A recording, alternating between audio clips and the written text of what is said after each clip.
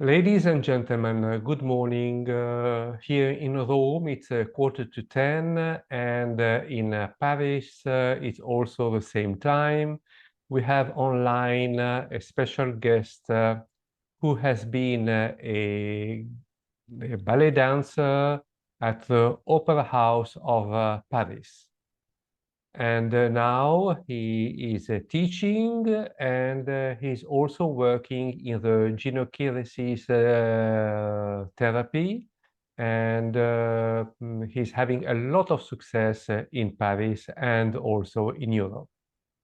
Our guest name is Sébastien Thill, and he's very young, he's very talented, and he will describe himself, his own story, how he started ballet, and who were his teachers, and what motivated him, and how he became such an important ballet teacher that many people in Paris, they follow his classes, and he gives classes everywhere in France. Bonjour, hello, Sébastien Thill. How are you doing? I'm doing fine. Yeah, thank you, Jean-Pierre, for this opportunity. I think it's really nice that what you're doing to share to the world and using this media, the net, to be able to let ourselves known all Trying over the world. to bring some joy about the world of ballet to many people, but it's not easy. But I think we all make it. Sébastien, may I call you Sébastien directly? Yeah, of course. Okay. Sébastien, how did you start the ballet, and what motivated you to study the art of ballet?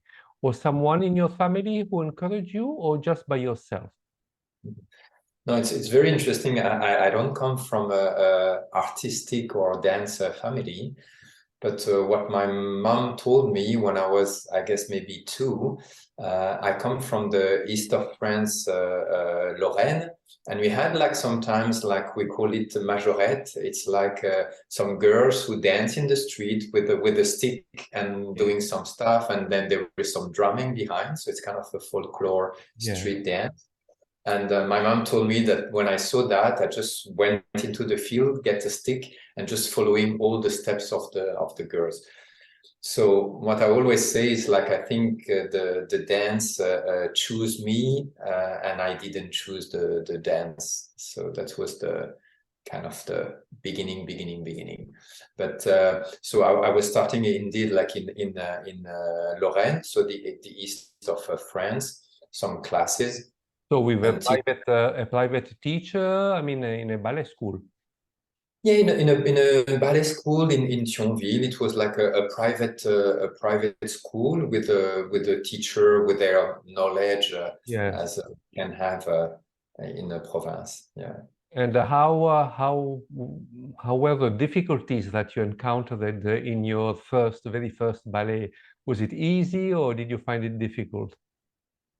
For me, I think I was dancing all the time, as I was saying, and my mom said I have so much energy at home that she wanted to canalize this energy. So we chose first some jazz classes because I was a boy and not growing into a family of dance. We have no idea what was contemporary jazz or classical. So jazz was the thing more spontaneous. And so I was starting with this, and it was fun. So you at that time, jazz was more appropriate for to get yourself involved in this world. Yeah, I don't want to say I'm sure there is like a very good strict jazz method, but as a kid, I think classical at the beginning might be too Tough. strict and academic to have fun. You have to have many years of dance to be able to have fun with it, and I think jazz was at that time more The middle way. accessible. I mean, yeah.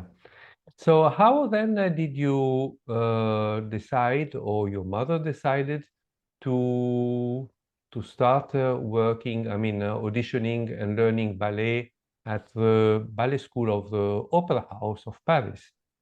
Mhm. So actually, it was interesting. As I said, my parents didn't know anything about dance, so they kind of follow a bit what the teacher, dance teacher, was saying. And by that time, they were like a famous stage d'été, so a summer course in Strasbourg, where international teachers were coming.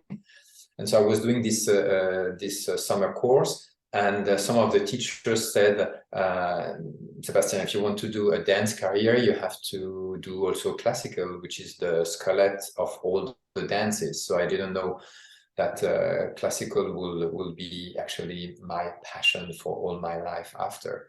So after this, I was starting the ballet at 9 years old. 9 years? 19 old? You were 19 years old when you started? Yes, I was 9, yeah. Yes. And then from 9 until 12, I was taking 1 or 2 classes. Of course, I was the only boy in this school, and doing this summer course in Strasbourg every year. Somebody said, like, if you want to do a career, you have to try the best school in France. So they advised us to audition for Paris Opera. And this is what you did. You went there, you made the audition, and yes, he accepted you? Yeah, it was very, I didn't know I was the first time I was coming to Paris. That was the first time that I was seeing so many kids dancing ballet. And by that time, I think we were like 400 boys and 600 girls to be able to try to enter to the school, like 1,000. And we were 21 accepted to do the stage. There is like a 3 months before entering. And so it's quite, yeah, there is a very tough selection to get accepted at the Opera House of Paris. Exactly. So at that time you had Claude Bessy as artistic director?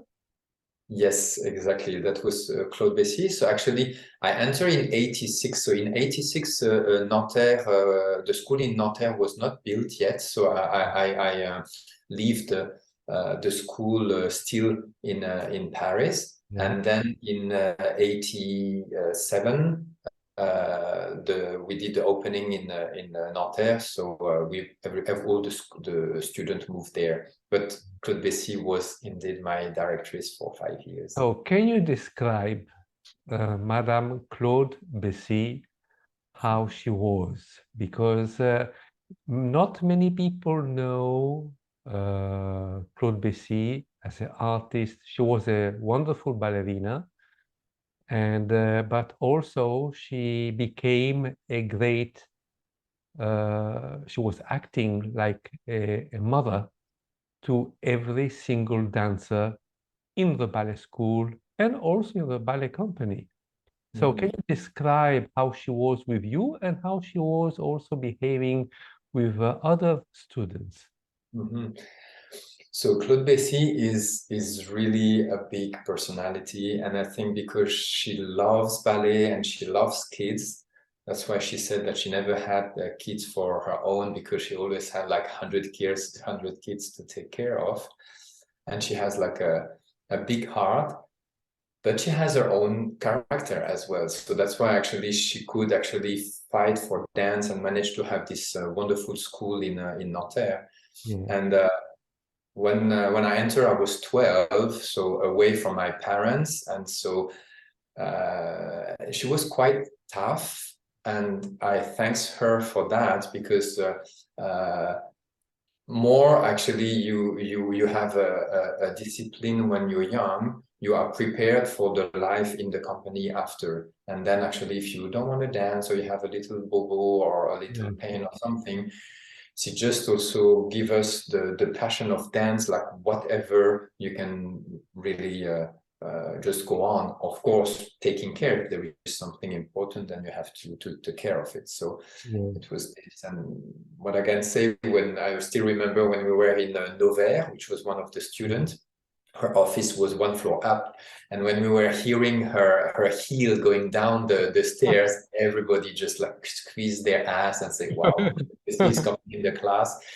But actually, maybe if they had a young teacher or young dancer listening my interview, maybe it's hard for them to understand because that was in 87. Yeah. So actually the pedagogic and the relationship between teacher and student are completely different nowadays.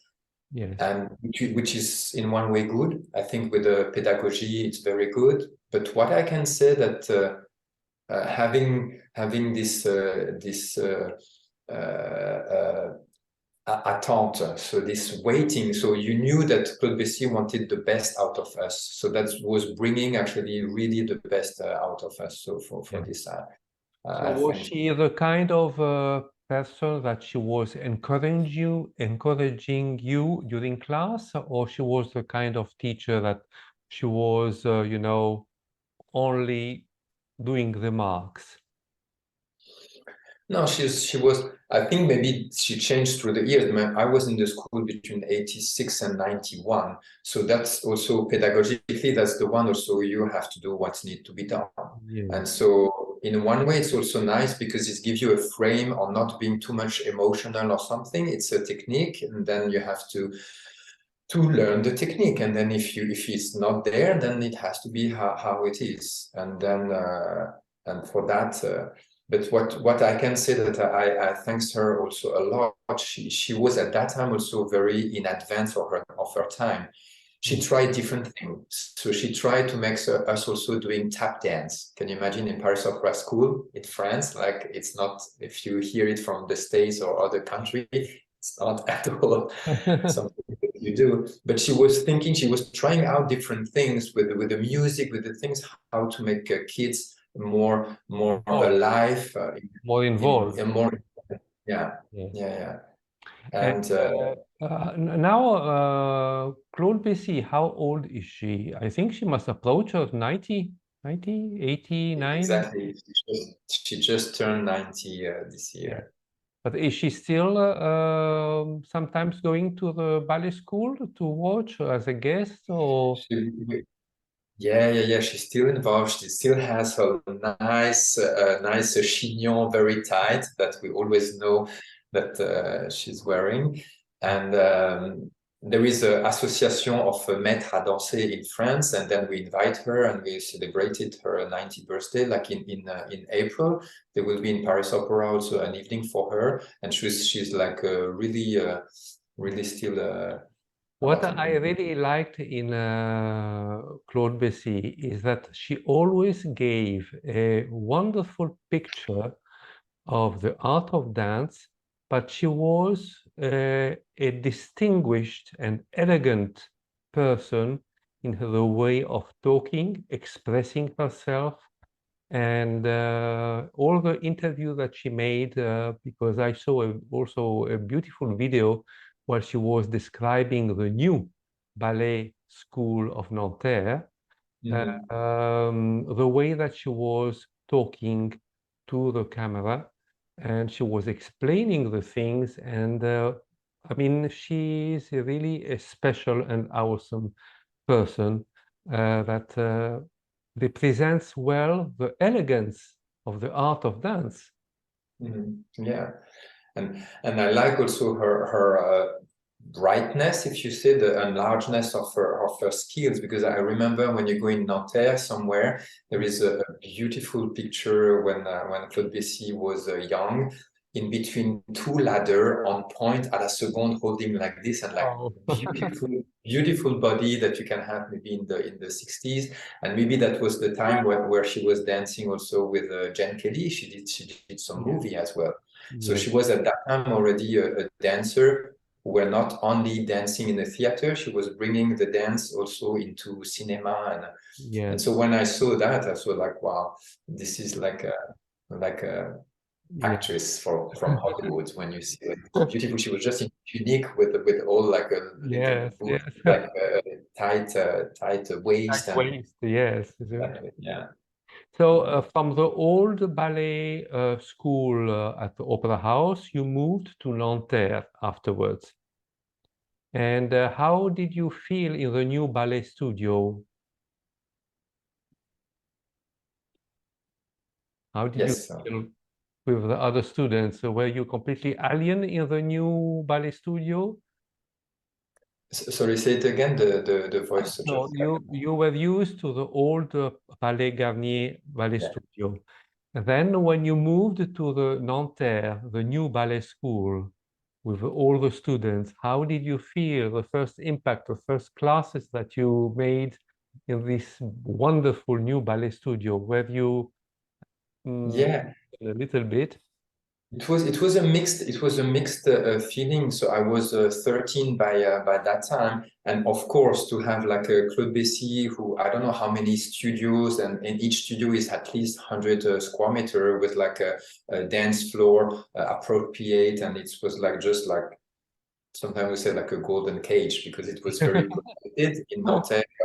Was an area quite sometimes not dangerous, but it was it developed since then. So it was like really protected. We were sleeping there, we were dancing there, and we were going to school there. So it was like good. So the condition was fantastic, but it was when it was new, there were no soul in the building, and yeah, so it was a new building with very good facility. And so our generation, at the beginning, we were missing when we were taking class in Paris Opera before the company. Yes. Each time we finished the class and we were going out, we saw already all the dancer from the company and the stars coming to start their day. So we had, of course, to bow to them in a certain way, Yeah. respect. And but we knew already who were the dancer, and we were more or less daily in contact You were with more them. And so when we familiar were with the world of ballet. You were more familiar with the great world of ballet of the opera house. exactly.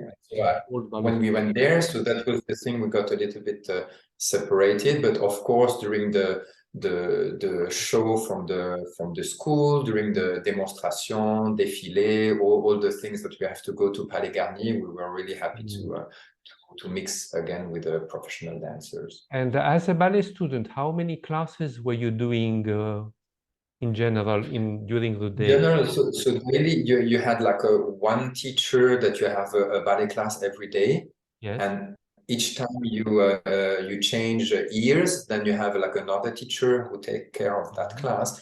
So you have one class, 1.5 hours, and the second class can be or adage, variation, folklore, French, Russian folklore, or a second class. And then the third class was more about music, about dance history. So we can say that we dance 3 hours per day. And then, of course, when there is the show to prepare or something, is on top of that. But next to all this, you were also doing your formal school studies. Yeah, in the morning. So morning from 8 to 12, you do the normal school, and then in the afternoon from 1:30 until the evening you dance. And you were sleeping at the school. Yes. Yes. That is a beautiful thing because not many students have this great chance, you know. Yeah. So then when you finished your studies, you made what? An audition to participate and to be member of the opera house? Yeah, actually, the main purpose of Paris Opera School is to feed the Paris Opera Company with dancers, and of course, because it's limited to place, then other company benefits also from dancer from the Paris Opera School. So each year there is like an audition with a jury to be able to enter in the company. So, ladies and gentlemen, as you see, when a ballet student is learning and trying to join a ballet company, the life is not easy. Is not a game. Ballet is not a game. Is not a pleasant thing. It's a study that must be completed, and this takes years of hard work because many people think that ballet is a game. Like in French, we say, il va jouer de la danse. Non. Il étudie la danse. La danse, c'est un art. dance is an art. Ballet is an art. So when you moved from Nanterre, you went to Paris to make part of the Opera House. Yes.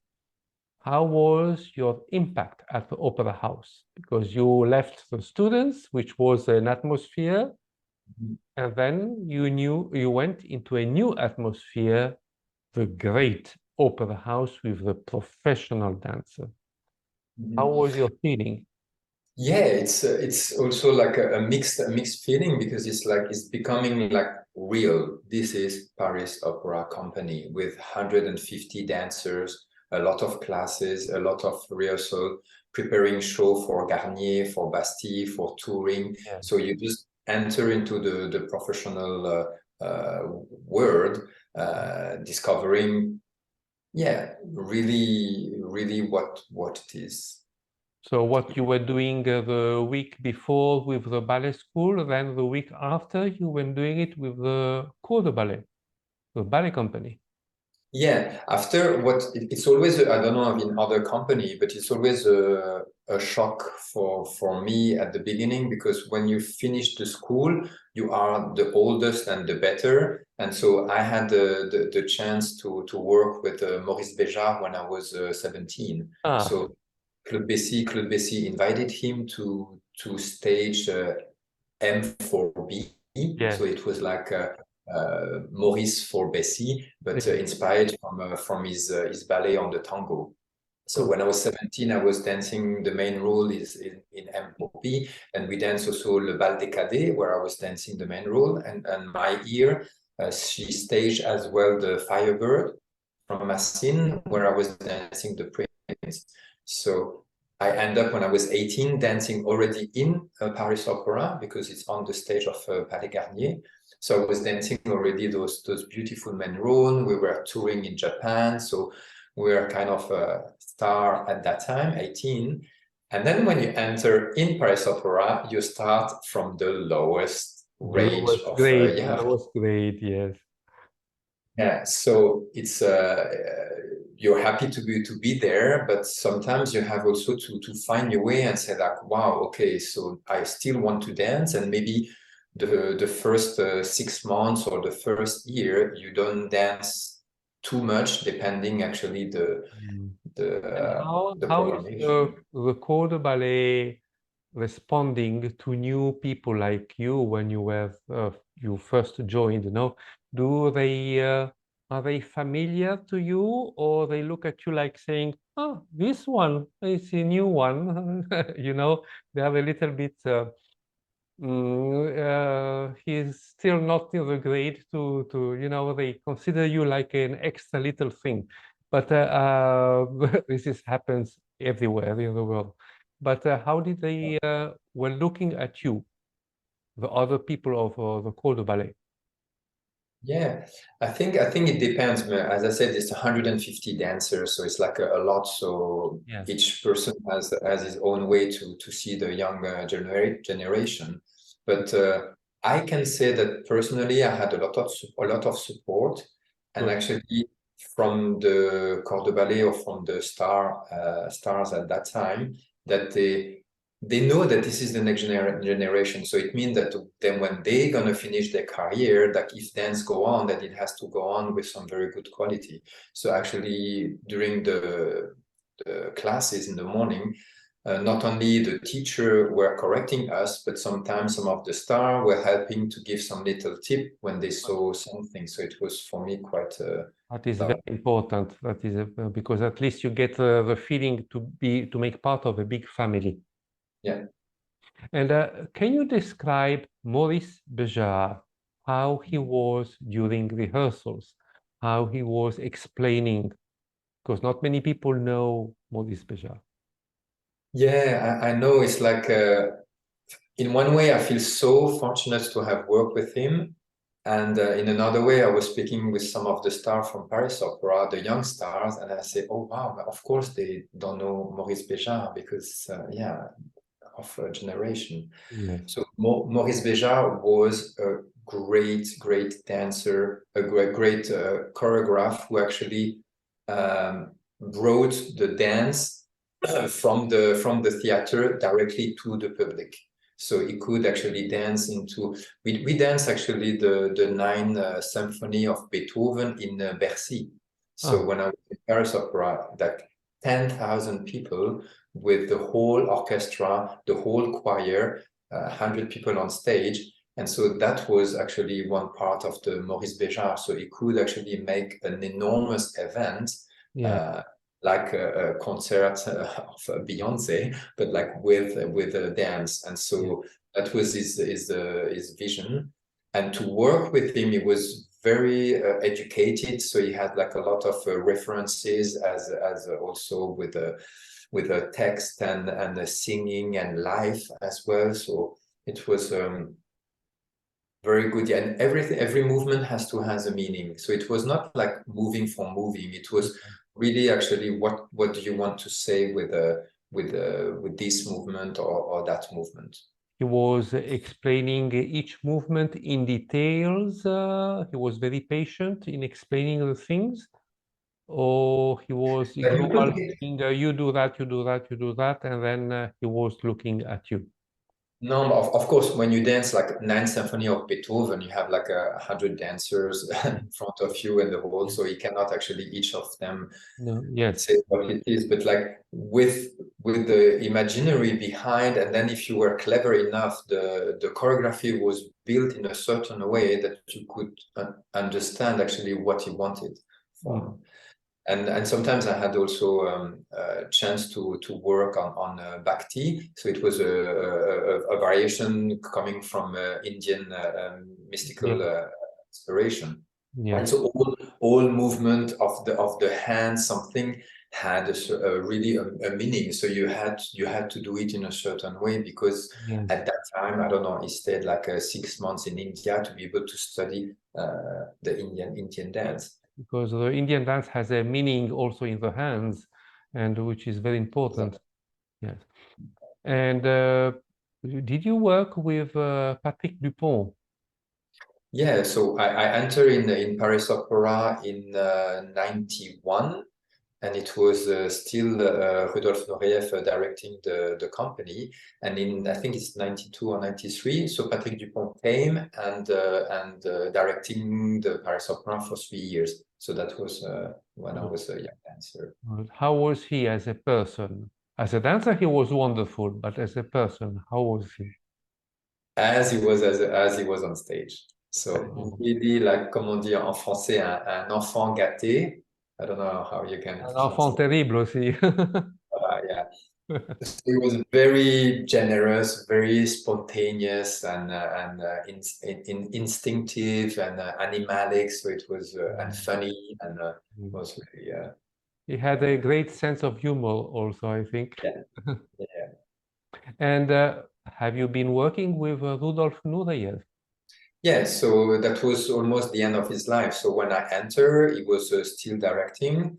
And then 3 years after, he came to stage his last ballet, La Bayadère, and that was his dedication for the world before he passed. Yes. And how is he as a person, Rudolf Nureyev? Yeah, so as I said, I knew him very late, so it means that he was already sick, so, and weak. But even if he was if he was weak, you felt that he has still his passion for dance. And one time I was crossing him in the wings on stage, and he said, "Sébastien, you know, very important is the rond de jambe. You do a lot of rond de jambe, and it's true. If you look as the ballet like swan leg and other things, like the man, we have rond de jambe en l'air, rond de jambe. Yeah. There is a lot he loves rond de jambe.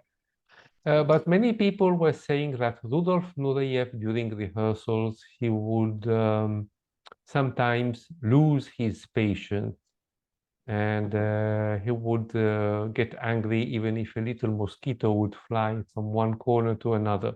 Was that true? Me, I didn't live that, but speaking with some other people, I heard sometime that there were like a tea thermos next to him, and then when he was pissed, and the thermos was trying to dance. Yeah.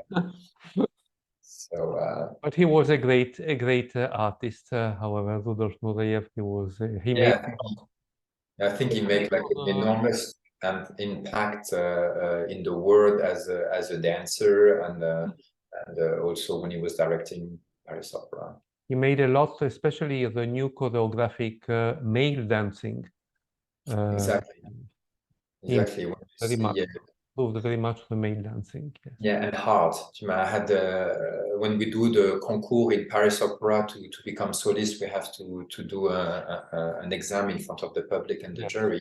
And you Yes. have to choose some variation, and sometimes I was choosing like a variation from Swan Lake or Yes. or other from him, and it builds your technique.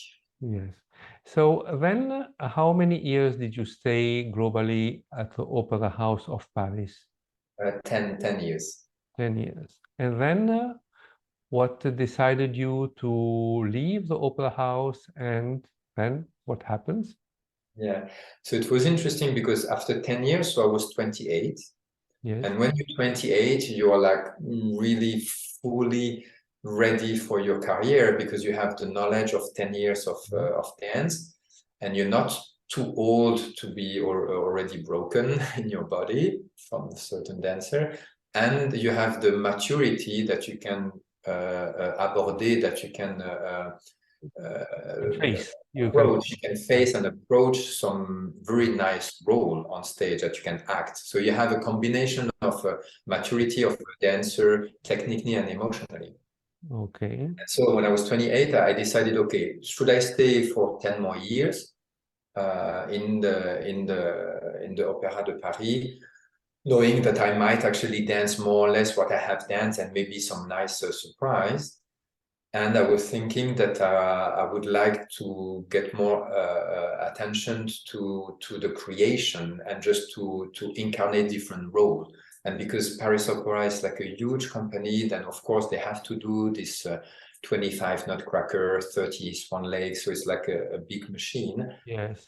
I did it for 10 years and I was really happy, but I wanted to work with a choreographer. And so it was very simple for me. I was thinking with who is alive at that time that I like. Yes. And it was Matsek, Kilian, Béjar, and Noé Meyer. Yes. And then at that time, Matsek left already Stockholm. He was not directing the company anymore. GYROKINESIS as well. The company was dancing his ballet, but not him personally present. And Béjar was, I think, his great time was over. He was still dancing, but it was already nice. So by deduction, I say Noé Meyer always came in the opera and gave me some nice role. I was dancing Vaslav, I was dancing Midsummer Night's Dream, his Nutcracker, Magnificat. So each time he was coming, and it was a neoclassic, Yes. and he was doing 2 creations per year. So I decided to join. Yes. So then, when you started doing your freelance, because like it was like a freelance because you were doing your own choice of dance. Yeah, it's not at that time. The freelance will come later on, but at that time was not freelancing. So I went from a contract in Paris Opera into a yearly contract in Hamburg Ballet. Yes. So each year we have to decide, and John Lemeyer has to decide if you go on there. And then I was under the Hamburg Ballet during 7 years, so it was not freelancing. Okay. You dance like 95% of Neumeyer there, so it's like dedicated for his empire. Did you ever had injuries while working in France or in other places? Yeah, and also this, I touch wood, I touch my gyrotonic machine behind, and I'm gonna explain later what it is.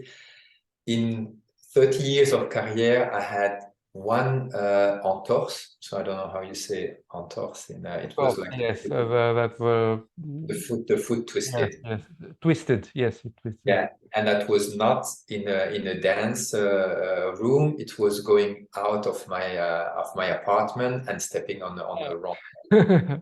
And that's the only injury that I had in 30 years. And I think I'm really lucky because I kind of hear some other injury other people has.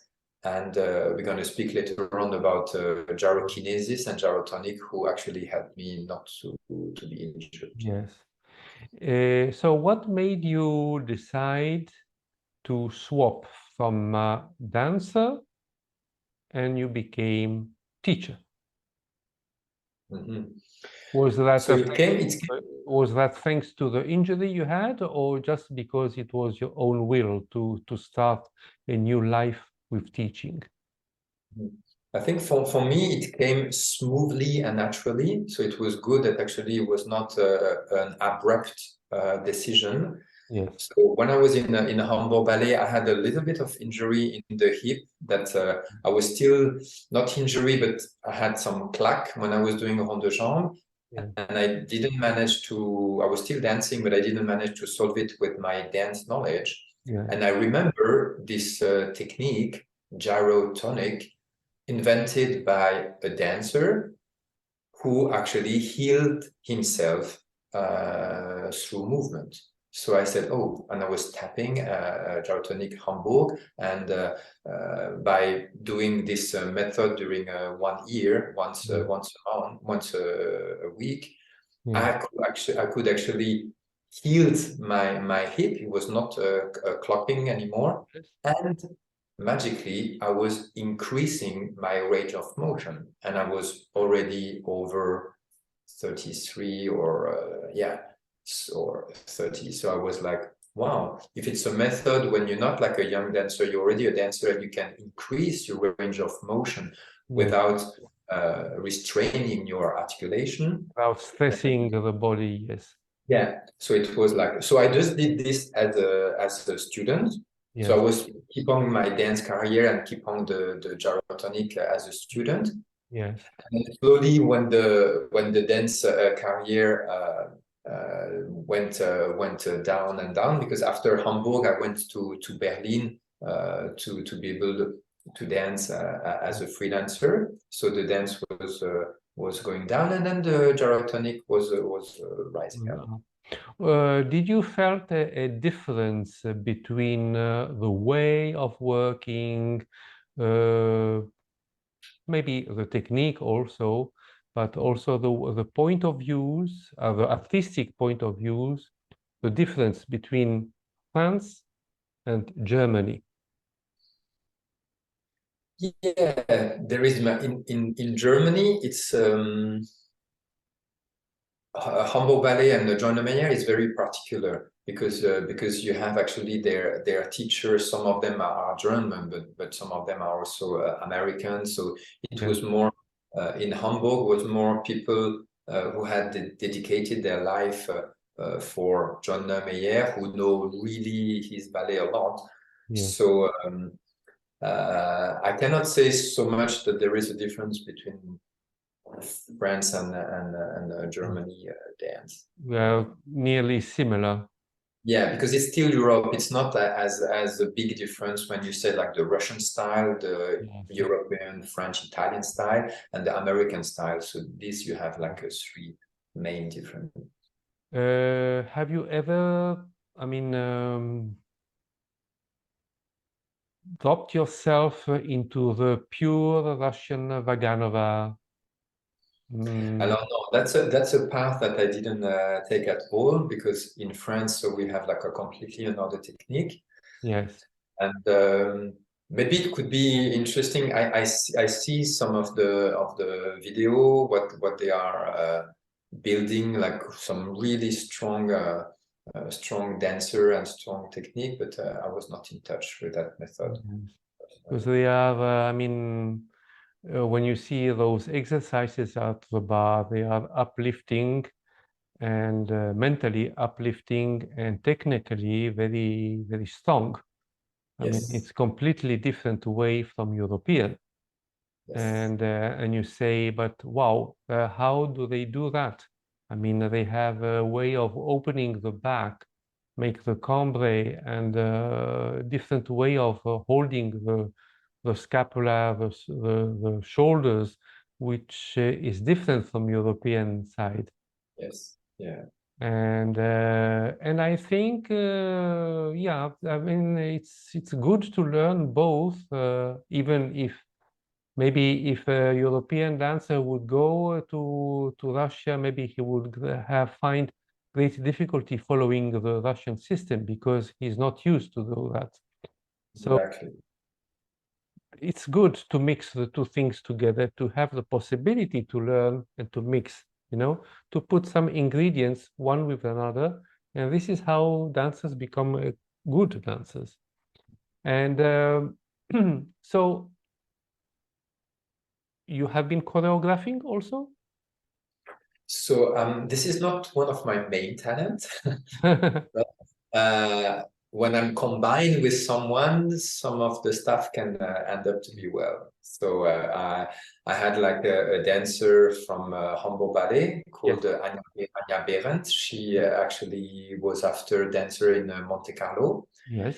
And she opened actually the first gyrotonic Monte Carlo because she's also a gyrotonic trainer.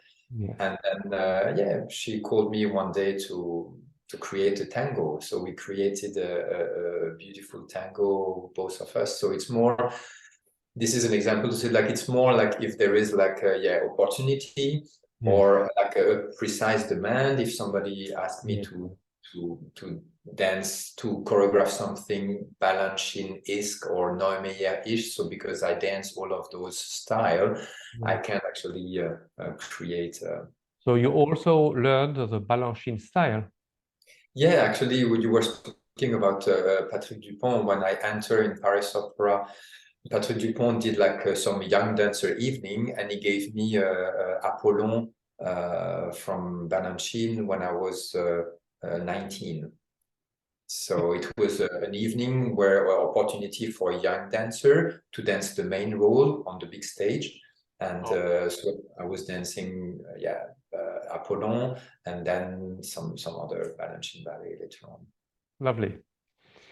And how did you specialize yourself in the gyrokinesis study and therapy, and how you became teacher? Yeah.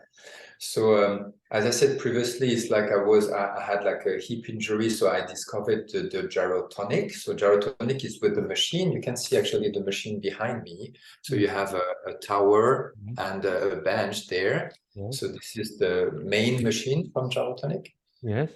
And after it was like so nice for my body. When I moved to Berlin, I discovered the gyrokinesis. So just to understand, it's the same method invented by the same person, Giulio Horvath, and gyrotonic is with machine, gyrokinesis is without machine.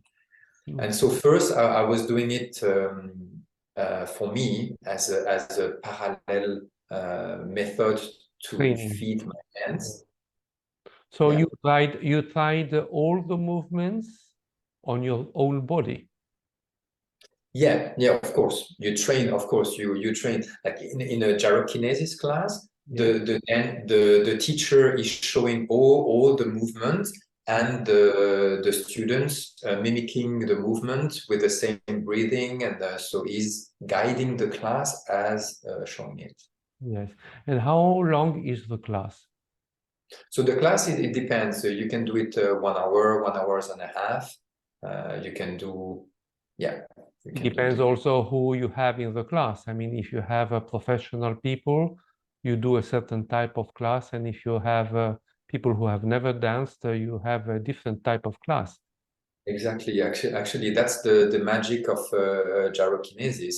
We have to understand also how was at the beginning. So gyrokinesis was named yoga for dancers. So it means in the 80s, when Giulio Horvath elaborated the method, he was on the floor, moving his spine and reinforcing his body and softening with the yoga for dancers. And this actually became the gyrokinesis level 2. Yes. And then from the gyrokinesis level 2, he saw that, okay, maybe not only dancers actually would like to move, also like normal people or would like to benefit from movement, soft but deep. Yes. So he went down. So that he went more and more to the essential to create a gyrokinesis level 1, where you start sitting on the stools, moving your spine in all directions, opening and strengthening. And half of the class, when you warm up, you go to the floor. So it's really a large audience. Yes. And so does it build up flexibility on the body? Yes, and intelligent flexibility, because before gyro, I could actually be in splits and read a book or drink a tea and just wait to have my split there. And then thanks to gyrokinesis, I understood that actually the energetical path of the body and how also the muscle react. And actually, it's not by staying in certain position, because I learned that actually your muscle is like an elastic. So you have to have elasticity and coming back to be able to age well. If actually you pull, and you stay there and you keep on pulling, when you let go, there is no elasticity anymore. You just work on the extreme of the elasticity, and when you come back, there is not, and that's actually can go into injury. So for me, the concept of body and dance changed a lot with stretching in the gyro way. And if it was given to you a chance to, instead of working as a teacher for your own, to give classes to a ballet company, I think it would be, if one day there would be a new ballet company, I think it would be a wonderful program for the ballet dancers of the ballet company to have all these type of classes, like gyrokinesis classes, yoga classes, and postural gym classes, that would help dancers to have meaner and less injuries than we see today. Because the ballet technique, in my opinion, I might be wrong, has evolved very much. The classes have improved. I mean, the enchaînements are completely different from the one that Claude Bessy was having when she was young. But injuries have augmented. So that means that there is a lack or an excess of pushing too much. And the training of ballet classes does not give enough time to the body to heal with a gyrokinesis therapy, with a postural gym, with some yoga. Because during ballet class, I think that people push the extreme. They want the extreme with the jumps, with the elevation, with the turns, with the high legs. But there is not something that pull on the other side to elasticate, to relax, to think which muscles you have, like you have described so well now, that you were holding the à la seconde, and that the muscles are like the elastic, but then they remain open, wide, but they don't have the time to return at the place. So do you think it would be given to you a chance to teach that in a ballet company? Would you do it?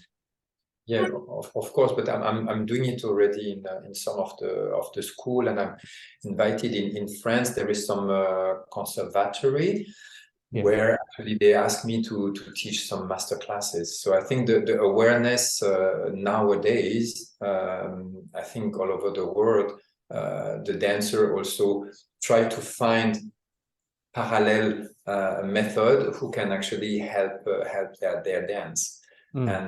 And for me that would be fantastic. So to be able to start the day even if you do like a half an hour or 45 minutes of gyrokinesis to be able to prepare the hip, to prepare the breathing, to prepare the elasticity of the body. Yes. And I had the chance for me to do a gyrokinesis class before a bar, and I am placed. I just take my hands there and my hip are already turned out, and I don't have to force to be able to find my endroit because the body has been well prepared before. So it means that with a gyrokinesis help you to give less stress to the body if you would do a ballet class, because you are already warm up, you already turn out without pushing too much. Yeah, not only to turn out, but like placed also in your center, placing all the torso and the shoulders and everything. Exactly. Everything that you have to turn on when you place yourself is already prepared. So the brain just have to command it, and it's there. Yes. And what I can say also, what is important is the récupération. So when the body needs to recuperate, you say in English. Yes. Yeah. So this is also very important because some of the dancers, we just dance, and we have like no way of cleaning the body. Then actually the toxic get out, that the body the next day is a little bit new. And for this, actually, gyrokinesis is fantastic because you have a certain breathing and a certain way of circular movement. So that's why it's called gyro. Gyro is a circular. So the movement is not like losing your energy and you're completely exhausted. You work your stamina, but the energy is coming back to you.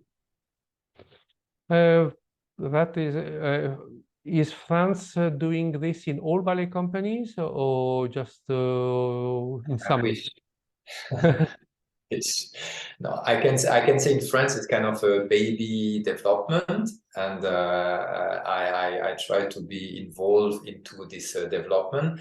But in other countries, I just came from San Francisco in January, where I was working with Deborah Rose. So Deborah Rose was a dancer and the ballet master in Alonzo King, the Lions Ballet. And she opened the first gyrotonic in the world after Julio Horvath opened his in New York. So it means that her gyrotonic studio in San Francisco has 40 years. And she has actually a program where not only she works with Alonzo Lyons company, but also San Francisco Ballet, but like she has a program also with the San Francisco Ballet School, where actually through the school you learned already the gyrokinesis and gyrotonic. So there is, that's why I said there is already in the world some strong link between this method and the dance, and I'm happy to travel and if some people wants to join like gyrokinesis with ballet and things, I would be happy to teach that. From how many years is gyrokinesis existing? So it was built in the 80s in New York. So let's say 40 years. 40 years. I remember that, I don't know now what I'm going to say, if it's wrong or correct, but I remember that I have seen a video of Natalia Makarova when she was, I think, in United States, and she was doing some sort of training with machines, you know, just to stretch the body and holding the foot, bringing the leg nearly as a split, but with the machines.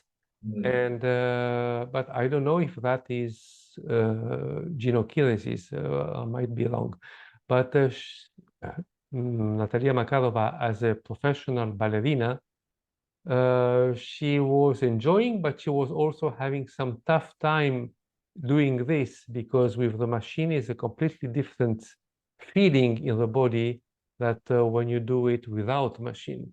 Yeah, but what I can say is very important because of dancer capacity to learn choreography, Yeah.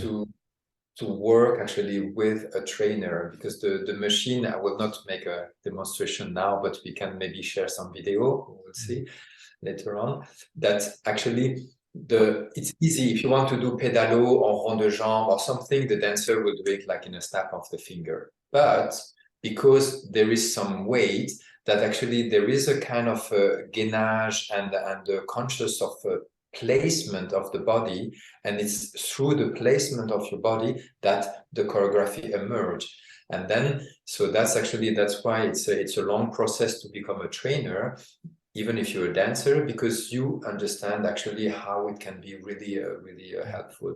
In gyrokinesis, because you don't have the machine, you have like almost zero possibility of injuring yourself, because you move without any force, contre-force from outside. Yes. Well, it has a different dynamic from one to another. Yeah, both. I would say actually the gyrokinesis, for the dancers, it's easy in a sense because they know their body and they know the opposition, so they can really go into deep in their system. And there is some nice different kind of breathing to be able to access of different layers in the body to on the cardio, on the lymphatic system, on all the layer in the body. With the gyrotonic, it's gyrotonic, so it's more, you have some weight, not a lot of weight, but like some weight to be able also to help to build muscle and to create some space within the articulation to be able to have a strength and stretch at the same time. And to do all this, what you have done, do you have to follow a special food regime on your own, or you can eat everything and enjoying life, going to a restaurant and eat whatever you want? Or actually, I have one of my students, which is not she's not a dancer. She's working more in finance, and she loved drinking wine. And she said, "You know why I do gyrotonic? Because I can drink wine after." So it means actually, if you knew Jules Horvath is still alive, the creator, he was like passionate with life, and he was like enjoying life in all the senses. So I think if you discover a little bit people from the gyro community, you will see there are like people really joyful, eating life with a full teeth. So it's no, meaning that actually we know that more you train, more actually your metabolism is working. So it means that you just burn what you have. Yes. And so how do you manage yourself? Do you prepare your class on the basis of who you are in front, or you just create your own choreography, or just, you just go by intuition of who you have in front of you? Yeah, at the beginning, because like 20 years ago, I didn't have experience, so I was actually preparing according to what I knew. And now actually with the experience, because you have not only the gyrokinesis level 1, but you have actually the beginner level 2, Lotus Blossom, breathing course, cardiovascular. So it means that after having the basic of the level 1 diploma, you have so many layers that you can develop as a knowledge. And I had this chance actually to work also personally with Jules Horvath, so I could actually get to the essence of the method with him. And with 20 years of knowledge now of gyrokinesis, I see some bodies, the different bodies in front of me, and my head like a computer to just like very fast actually combine a class. With, and that was a very good question, Jean-Pierre, because the class, if it's an hour and a half, needs to work all the body in all directions. Yes. So it means you work extension, flexion, rotation, sideways, waving the legs, you work the flexibility, you work the abdominal, you can work also the balance, you can finish with some breathing, and all of this can fit in an hour to have really a full body work. Complete class. It's a complete class. Yeah, unless actually you do some workshop. If you said, okay, some people has some question about the shoulder or the hip, you say, okay, let's do 2 hours of workshop on that particular part of the body. And you now, as a dancer, as a teacher, do you do your own training? Yeah, I do my own. I try to save some time for me. It's very hard, and I'm sure other teacher who listen to me, they know like how hard it is when you love to give and pedagogically to teach to others, to take time for myself. But I try to find a balance because this method is, as Giulio Hovat said, it's to age with health. So c'est de vieillir en bonne santé. It's like really to age in a good. Vieillir en beauté aussi. Voilà, vieillir en beauté, mais beauté extérieure et beauté intérieure. Intérieur. Yeah, So and it's so internal beauty, feeling, and also external. yeah, and so that's his way. So he's 81 now, and he's like a super fit, and so he's a very good example. So you can really age by moving the energies through your body. You can age. You can, when you 20, 30, 40, 50, 60, the movement actually adapts yourself with your own age, but you can still actually awaken the health into your body by movement. I agree. I mean, when you are aging, I think that, well, you are very young, so we cannot talk about aging at the moment. But it depends on the individual, because there are some people who are aging very fast and some others who take more longer. But the process of aging all depends also on a mental level, that you have to build, you have to create, you have to give some positive input to keep the youth gene living in your body. And so, as you said, the gyrokinesis, it's a very good therapy because it helps to keep that alive all the time. Yes, exactly. Do you do also your ballet training or just the gyrokinesis? Yeah, no, I do ballet as well, but just like a bar or some dégagé in the center or something. Yeah, it gives, because I'm a dance teacher. So as a dance teacher, you show movement as well. So. What is your wish that you would like to give to the young dancers of today that have been following with great interest to your interview? What is your wish and hope that you, as a professional ballet dancer, you have been, and now as a teacher, that you would like to express to those young generation? So yeah, thank you for this opportunity, because it's a very good topic, and I would say, like, you know, bring your passion or keep your passion alive. Try to dream for yourself and make other people dream, because that's what art is for me. And we see what's happening in this world today, and sometimes we're thinking also how important is dance when you see that there is like a war or a different difficulty that we face in this world. And then I'm thinking we need to dream, we need to have emotion, we need to to feel alive and have hope and excitement and all of this. And then for me, it's like it's the youth and the dancer who actually can bring that to the world. And each of the dancer has a unique mission, because one dancer is not at all as another one.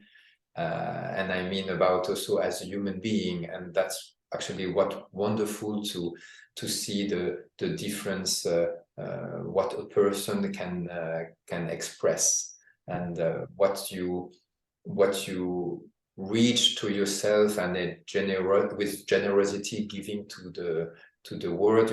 We feel it, and that will encourage us to live a life with hope and happiness. Would you like to give some classes, ballet classes or the gyrokinesis classes to young students, as the students of the ballet school of the Nanterre? Yeah. I would love to. I think this would be really fantastic. After me personally, I'm not specified for young dancer. I know that there is. I took actually the gyrokinesis for children, and it's actually a Russian gymnast qui elaborate this, and this is fantastic. Really from really small to medium small, with a lot of imaginary of animals to be able to awaken the body and to prepare the body for gymnastic or dance. Yeah. So that's also for there. But for me, from teenager, I'm full on from teenager upward. So just in case the school of Nanterre would tell you, Sébastien, you have been our student, and we would love to give you the opportunity to teach to our students. Would you like to do that? Of course, and for the school and for the company, for both. Do you think what is interesting? Do you think that the students need more, or the professional dancers need more gyrokinesis? Both, in a sense that actually, with the experience of Deborah Rose in San Francisco, when you teach when you're young, it's fantastic because you have already this knowledge of of approaching the body in a more healthy way, how you can stretch intelligently, smartly, how you can build the strength without beating you. So all of this knowledge, when you have it, that actually will follow all your career. Yes. But then what do you do with a dancer like me who didn't discover gyrokinesis? And now actually I'm doing like a formation about anatomy applying for movement. And I'm very interesting also to see professional dancers who has already a very strong knowledge refined of their body, but actually missing a little bit of tip or knowledge about how to recover or how to see the things differently. That actually you can be more efficient in your dance and recover fast for the day after. Because the carrière, we try to dance as long as we can in a healthy way, and I think gyrokinesis help definitely in this approach. So the answer is both. Are you still in contact with some people of the Nanterre School or the Opera House of Paris? Yeah. Like we had some a big celebration there. So I saw Elisabeth Platel, so the directress of the school. I had a drink with the new director, José Martinez. They are now actually doing Giselle in Korea. And why don't you try to whisper in their ear that you have this program for dancers? It's already done. Good. It's already done. Just wait. Good. That is a good thing. Bravo. So I really do hope that you will succeed. Thank you. C'est surtout it's really for them, because I'm thinking I know I dance my career, I know this knowledge for me, and I'm really ready to give to who wants to receive. And so I'm thinking for the 150 dancer in Paris Opera, for them it would be really fantastic. Do you think that ballet teachers, either in ballet schools or in ballet companies, should at least once or twice do some easy training for them?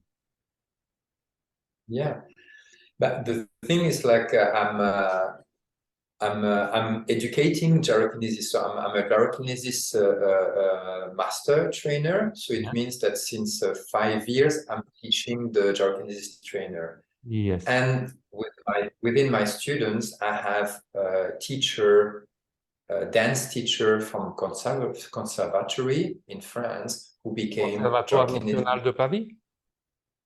No, des conservatoires de Nantes, de Tours, de Lille. So there is like different conservatoires in France, teacher that can come from ballet or from contemporary, who became gyrokinesis trainer. So already there, and I'm super happy that I attracted them. They just came to me because what I like is, like, there is a lot of awareness and curiosity and search about how you can treat the body in a different way to help the dancer. And so they just reach me. And so I'm super happy, and they're doing a great job for their dancer, and that helped them to teach. Unfortunately, in France, I think in a certain way, France is a little bit, how can I say, maybe the word I'm using is not very nice, but it's a little bit more evolved than in Italy.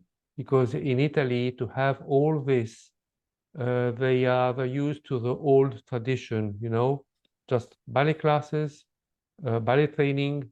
There are some classes of progressing ballet technique, new different type of yoga, and different type of new styles, but there is not too much about gyrokinesis therapy. And I think that Italy would, if would follow France in this way, would also have the possibility to evolve in ballet and help ballet and improve ballet dancers as in France. There is much more gyrokinesis trainer in Italy than in France. Really? Oh, in which town? There is. Maybe. In which town? Which city? Everywhere.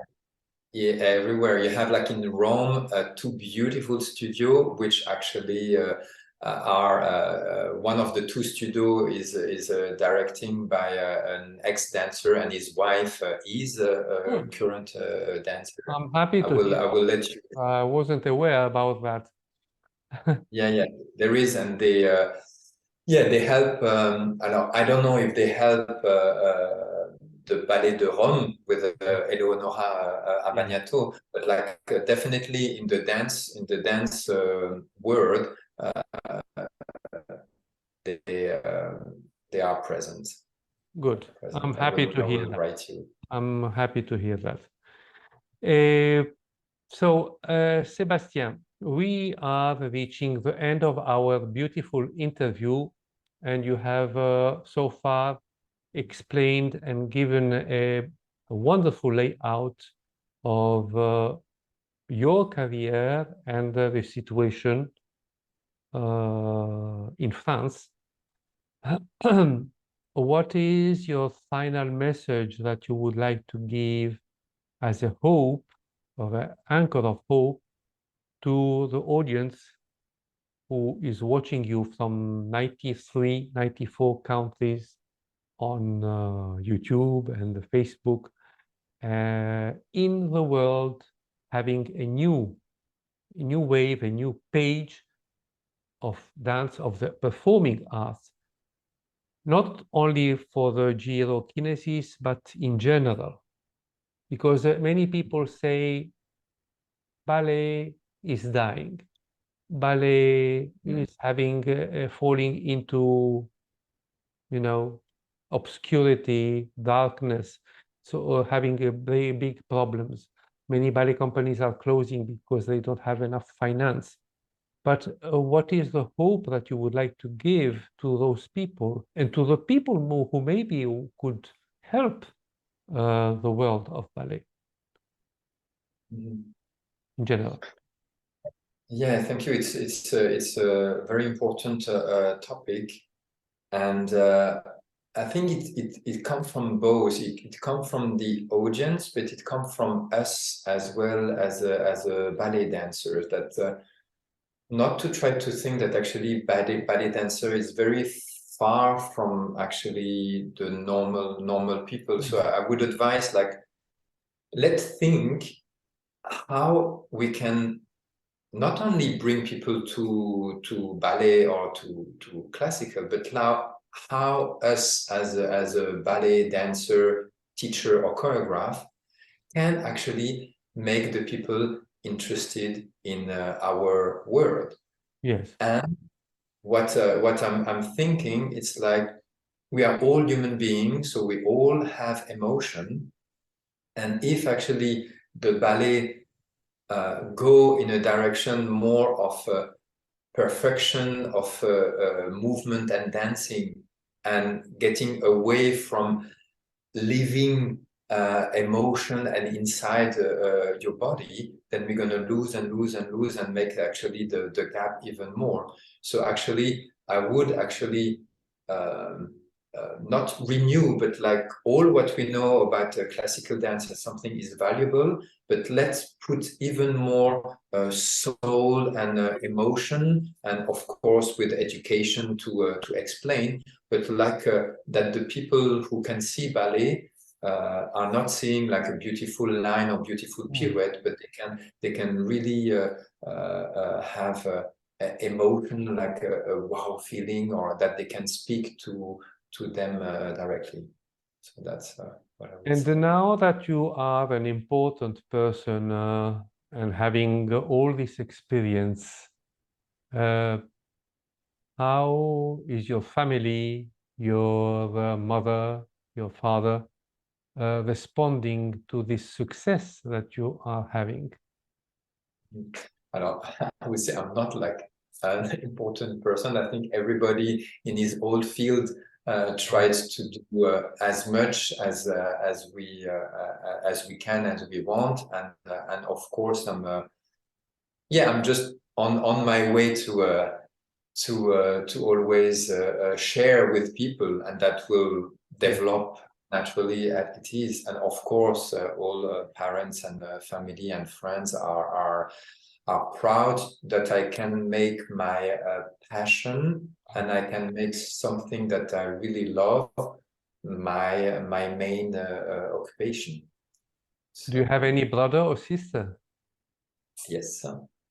And did they follow the same career as you?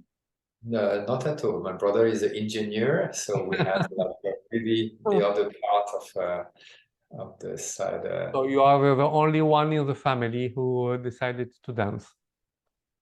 I'm the only one to dance, but like artistically, I think I think everybody has something to express, even if it become professionally or as an amateur or something. I think art, in one kind of a way, is super important to keep it alive.